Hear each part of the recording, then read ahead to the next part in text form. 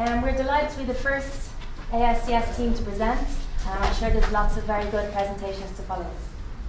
We would like to extend a very warm welcome to the scientific committee members and of course Dr. Harold Muller, who was from the FEI, who was our main contact for our project.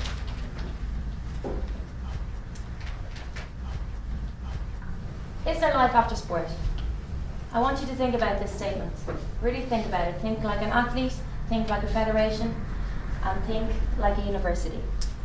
I said all athletes because especially with the FEI, it's a very complex situation.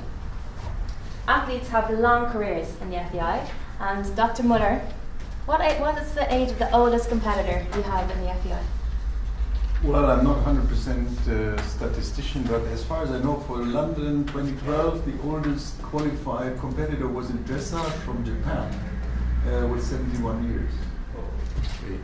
71. So, this may not be the case. Exactly. This may not be the case for all federations, but it's particularly the case for the FEI. And our project as well, it shows that it was quite complex for us to deliver this. Okay. Dual career means preparing athletes for the workplace after their competitive career. It was the second topic on the FEI agenda at the Sports Forum last year in 2013. Since then, the FEI have been working really hard to try and find solutions for this issue. To create a homegrown future generation of world-class FEI leaders and administrators who know our sport. This was a key quote from the president of the FEI, Princess Haya, this year at this year's forum.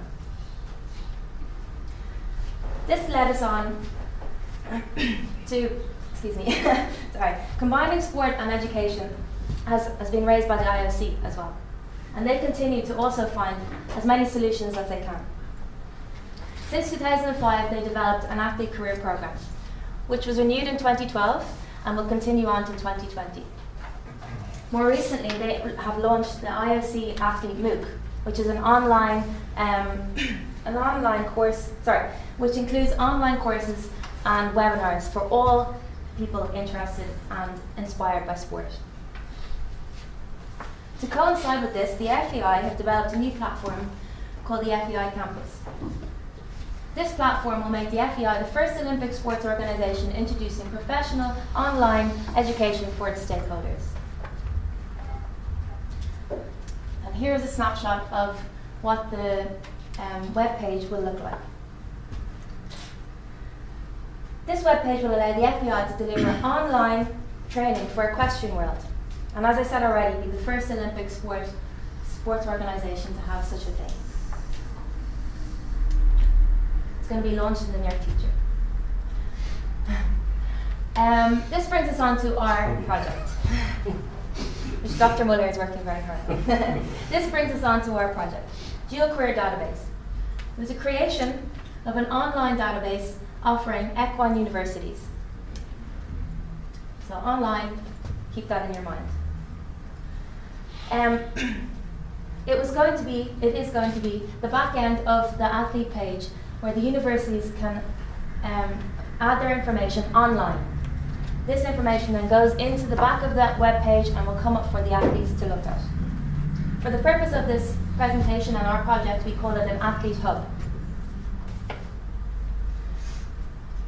Now, I would like to introduce you to our team. Great AISTS team that worked on this project. We have Abu, who's going to speak with me, Ziad over there, Thomas, and myself. So the agenda for the rest of the presentation will be as follows, and I'd love to pass you over to Abu, who will go through our project phase. Thank you, Nikki. Today I'm going to walk you through the project, the methodology, how we went around this project until we delivered the form.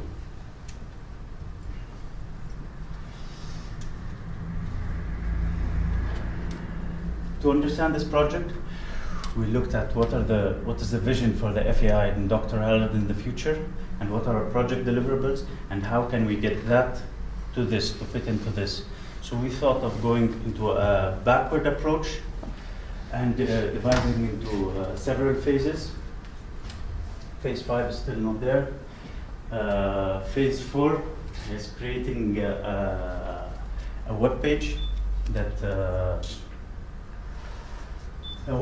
going to say what is the FEI's message, what do they really want to say in this, what they want to deliver to athletes, what are athletes really looking for, what are their needs, and what are universities trying to offer and distinguish themselves among other universities.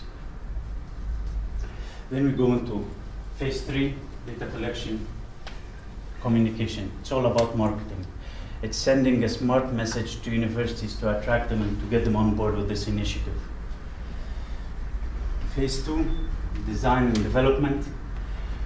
This is split into 2 parts. The front end, which is a web page, which is functional, has a lot of options, user-friendly. Basically, one-stop shop for athletes to look for equine-focused bachelor degrees. And the back end, which is the form. The form is looking at how we can get all the information we want to display in the front end on the web page, and what are the fields required, and how easily can we do it. And then there is the researching all universities and institutions that are providing equine-focused bachelor degrees. Research. I know you might, for people who are not familiar with equine management, we had the same idea, a database only for bachelor degrees or any courses for equine focused. And then the first meeting, I think Dr. Harold told us that the industry is worth around 300 billion euros. I think that was in 2012, 2013. So,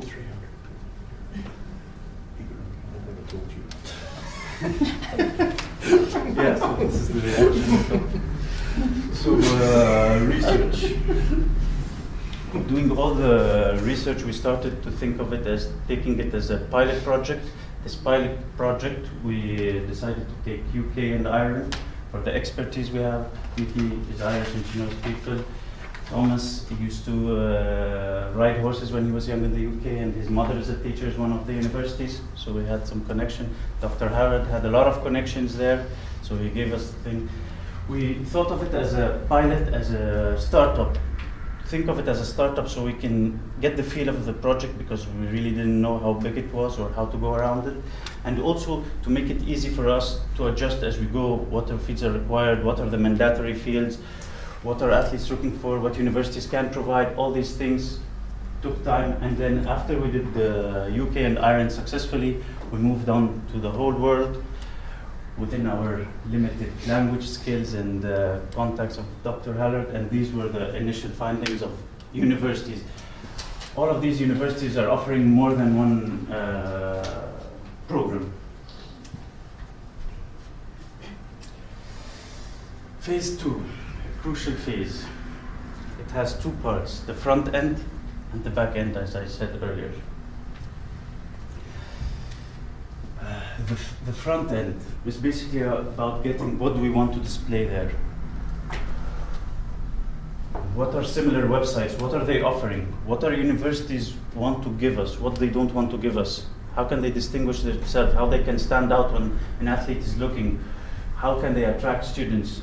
And we wanted to make it very simple and very functional. We did some filtering features and some comparing features that we'll show you here. And we had several feedback sessions going and coming on deciding what to be put there, because it's a crucial part. Thomas is going to show us. This was out of scope, but we had ideas of how we want it to look like. And this is an example of the website.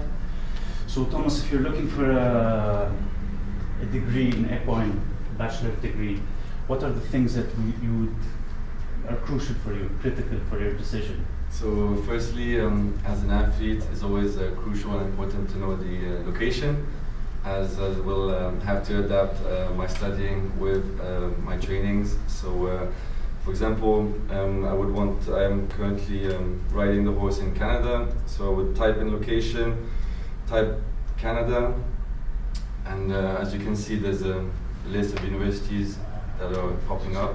It filters out all the universities. And Ziad, what's another thing that you would think that's critical when you're looking for a equine degree? Tuition and fees. So I would Tuition like and fees. to Basically, all students are interested in this. 20,000 is my maximum budget. And there you have now Canada and 20,000 as a maximum budget for your. You can take these results and pin them and compare them to others. We had a similar idea. So especially because athletes, they're training and they want to get an education, so they're a little bit different than regular students who can just study. Moving on onto the back end, this is our real project, providing a database to collect all the universities that are providing BAs in equine management. There are several ways to do this. We could have done, for example, a PDF, collect all the information, all the universities like we did in the research, and just put it on a PDF and put it on the webpage or the FEI webpage. But we thought of going in another way that we will. So this is the form. These are all the fields that we thought needed to be put in there. We thought of what is mandatory, what is not mandatory. And Thomas, can you please walk me through this? So basically, as Abu said, this is our online form of the website. So because AISTS didn't fill in our form, we as a team took the incentive to fill it out for them. So as Abu mentioned, there's a lot of mandatory fields to be filled in. The name, contact person, email, phone, level, fees, scholarship, duration, and can athlete train while studying?